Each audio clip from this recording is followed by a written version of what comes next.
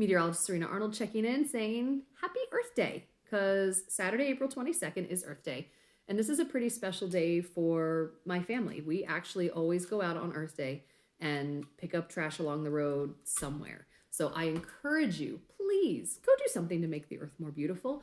Go out and either pick up the trash along your section of the road, or if you don't have a section of like property up against a road or something, go somewhere you care about. Maybe there's a pond or a playground or your school or something.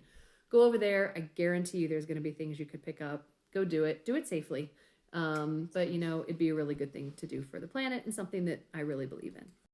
Also, don't put it off to Sunday because the rain is not going to make that a very pleasant activity. So do it on Saturday, and you're not going to want to put it off till Monday either, or maybe even Tuesday. So let's talk about that forecast. If we check the Weather Prediction Center over the next 3 days, day 1 to 3, this is how much rain we're supposed to get, which correlates to this scale. So basically all you need to know about is when we start getting into like the purples, that's, you know, 1.5 inches, 2 inches. And there's a lot of our area that's going to be seeing that. So reading the forecast discussion, mostly dry weather continues today. Friday, it's beautiful. Into Saturday, it's a slow-moving front system to our west makes little eastward progress. This is a key as to why we're going to get so much rain. The frontal system then crosses Sunday into Monday, bringing widespread precipitation. The system exits Tuesday, while unsettled conditions look to remain into Wednesday as an upper low moves over the area. So here we are today, Friday, in the 60s. Very nice day. It's wonderful. Saturday isn't going to be quite as warm. Winds getting a little bit gusty as we have low pressure move in, and you just get that pressure gradient. Slight chances of maybe some sprinkles in the morning, but things look pretty good, and the real rain doesn't look to begin until Sunday.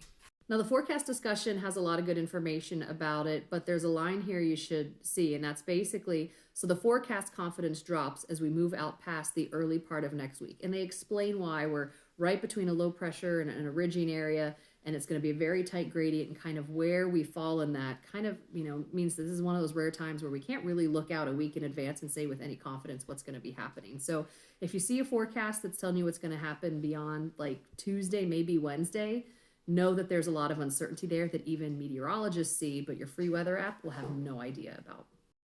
So Sunday, 50-ish, rain, possibly windy. The winds start shifting out of the northeast. Monday, 50, rainy again. You know, we're kind of seeing the same thing here for a little while. And that's as far as we're going to go today because there's a lot that still needs to be ironed out. This is kind of a zoomed in picture of that map showing the amount of rain that we're expected. This is over a 5-day period. So looking at places like Concord, 1.5 inches to 1.75 inches, we have a lot of moisture that's available and that is going to be coming our way. So if you live in a low-lying area or near a river, know that we could see those levels come up with all this rain. So just know it's there.